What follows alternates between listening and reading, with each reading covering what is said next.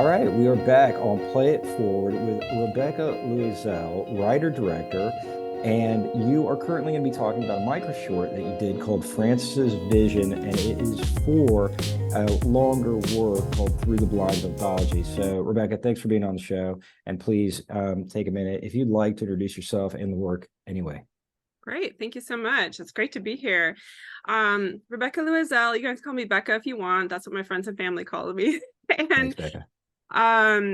so I'm a writer director and based out of Los Angeles. I'm from Minneapolis, St. Paul, Minnesota originally.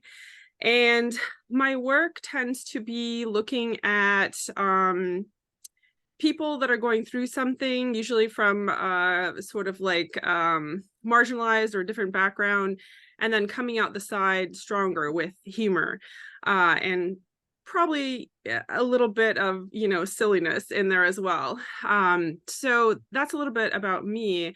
My work to date has been a lot of short form. I'm working right now with a group of other women identified writer directors to do the Through the Blinds anthology. And that is a feature film that takes place in the same house over 7 decades with 7 different women protagonists.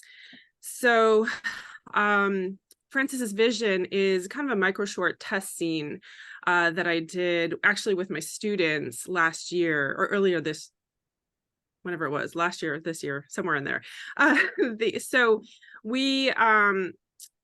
Francis's Vision was a great way for me to test out shooting on actual film, because a few of us that are doing decades in the past wanted to be able to test that out. And for me, I think it's particularly important because my short film, my portion of the anthology, rather, I should say, has to do with a young woman in 1970s who is trying to figure out whether or not to marry her boyfriend who's just asked her to marry him, or she wants to be a writer. She's trying to she's torn between like a traditional path and figuring out her own future. And so she takes LSD for the first time with her best high school friends, and then things go from there. So I wanted to experiment with using film to achieve that sort of like trippy look. And I was able to do that with Francis's Vision. Cool.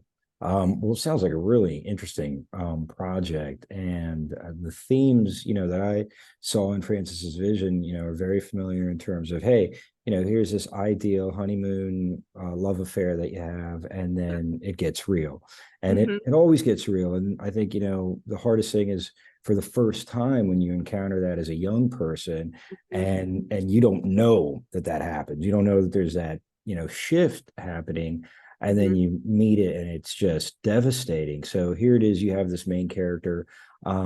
She is, very early on into her love affair, whether this is her first love or second, whatever, and it starts out there, it's just magic and roses, and they're in the park, and it's a walk in the park. And then the next, time they walk in the park, she's pregnant and she's running away from him, and he grabs her arm. So where did that inspiration to tackle that theme live in you to do that? How did you resonate with that? Great question. So when I was thinking about this project, again, I'm kind of pulling it from this large, this a little bit longer form project, which is really inspired by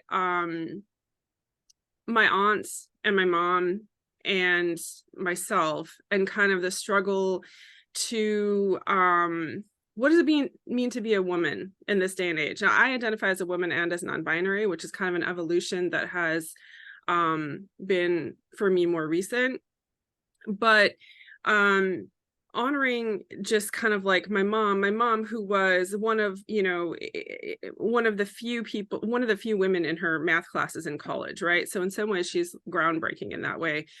But she also just kind of followed a very traditional path and, got married shortly out of college and had kids. And she did have a career as a teacher, but she sort of stumbled into that career through my dad, whose passion is education. So she, in some ways, I think was a product of her time, of these different societal forces coming together in that time period. And then I have my other aunts who were very much, marching in Vietnam protests and experimenting with psychedelics and, doing all kinds of things, very, very much feminist, but in a more out there way. And I'm kind of the legacy of both of those in a way. And so Mhm. trying to figure out how does the past illuminate the present, I guess you could say. That's awesome.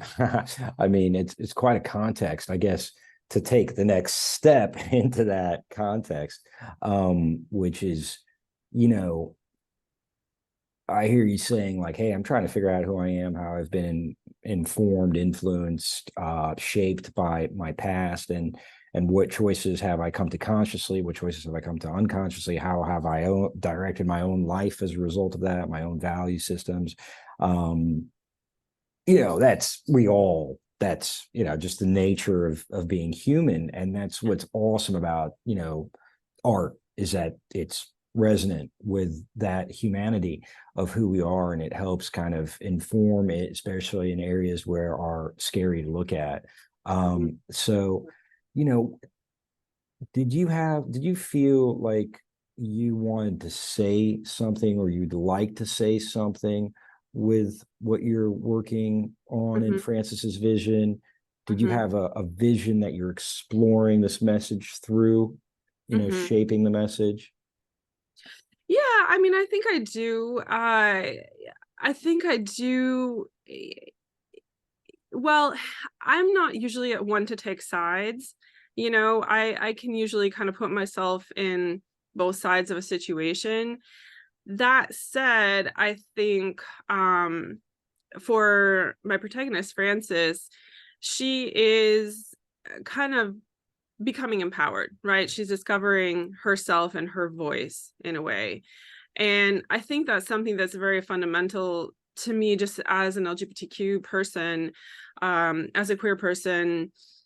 I was in the closet as a teenager and young adult. And I think that finding my voice process was maybe delayed a little bit because of that. And I think that's something that I think a lot of women and I think a lot of queer people go through, just feeling that they're, and if you're from a marginalized background in general, I think maybe that is something that some people relate to. Um, just feeling like you're going against the grain in order to find yourself. And so, I think that's probably what is coming out for me, I guess. That's But I cool. actually love that you said that you see like, a relationship starting off as a walk in a park, but then, it gets real. And that's really true too, whether you're a young person or new to a relationship, or whether the relationship is healthy or not as healthy. I think there's an implication in Francis's vision that the relationship maybe isn't as healthy. But even if you feel like you are in a healthy partnership, like you said, shit gets real. And how do you handle that? How do you deal with that as a person and as a couple or in a family situation? Yeah, for sure. What I am reflecting on as you're speaking in relation to the art is this. I feel like, I felt like I marginalized in various ways in my upbringing, whether it was, I was born in Russia, and there we, escaped the storyline because of being Jewish, and now we're Russians and we're communists, and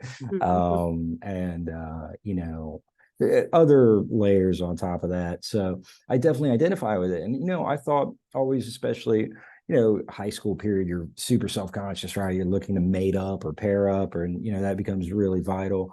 And so you think, well, the good-looking jocks or whatever the popular commodity is in high school at that time, you think, oh, well, they have to get, they're not marginalized. Everybody wants to be like them. And then you Right. kind of move through that period and you reflect on it as an adult, and you realize they were probably marginalized too. I mean, they're hiding shame, secrets. God only knows what went on in their world, but you didn't know it, right? So it's Exactly. like, everybody comes from this like broken thing, and we're all trying to piece it back together. Yeah. So, you know, so taking that kind of context and then, pairing it up with the couple in the park, it's like, well, shit gets real because, after these euphoric feelings that kind of melt down through the just natural way of, hormones kind of settling. I guess, what is it? Is it, there's estrogen and what's, no, that's the, I don't know. what there's, the Pheromones. adrenaline, yeah, all that stuff's going on, right? I'm thinking of the feel good hormone. I can't think of it at the moment, but anyway, so you're back to yourself. Like, here Yeah. you are, you were taken out of yourself, and now you're back to yourself, and then you got your shit to deal with, and then you got now somebody else's shit to deal with, and those things are bouncing off the wall, and hitting the ceiling. So with that, it's like, how do you make your way as a human being and get some sort of, sense and peace and health and progress? Yeah. Yeah, totally. Absolutely. Do you have any does your Well, film or the anthology offer any tips? yeah. I mean, I think the anthology, because we have, these 7 different protagonists in 7 different time periods, starting from the 50s going through 2019.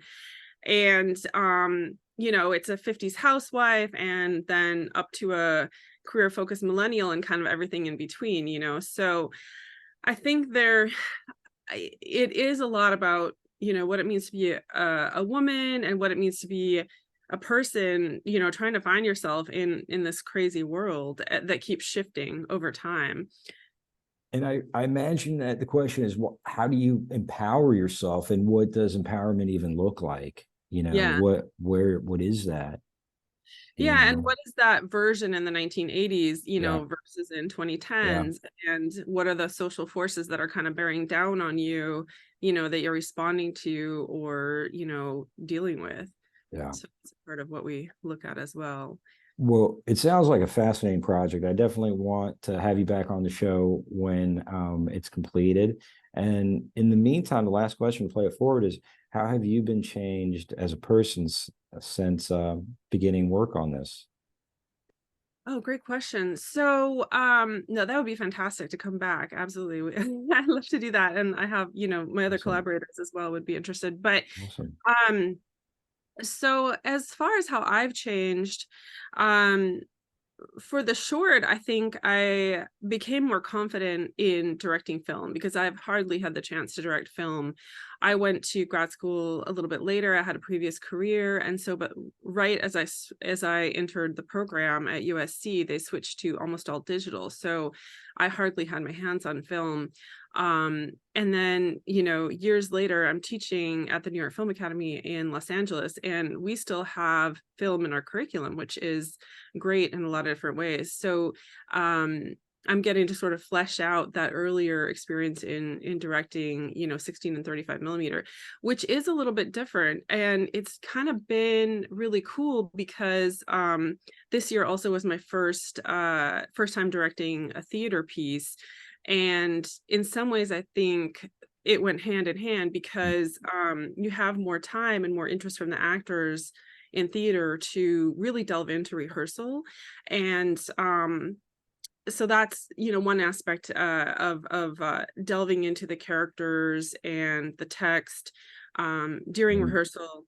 And with film, that is also important. And even in terms of onset, taking extra time to rehearse so that you can, Mhm. not waste film, basically, Mhm. so you can Mhm. use the film you have effectively. So that's been a learning process for me that's been really cool. And I feel like filling in some gaps in my education just because of the timing of, when I went to school. So that's, I think, one thing is just becoming more confident, technically, or well, as a director, I guess you could say as well. Obviously, Yeah. every time we direct, we become, a better director. Um, I think as far as the anthology, it's been a great growth as well because we began this project. So many of us were in a class together through the Alliance of Women Directors based out here in LA. And the class was with Jennifer Warren. He's one of the founders, and she's an amazing director and also a professor at USC. And this is a project that she started with a bunch of other women directors decades ago. I'm trying to remember now how many decades ago.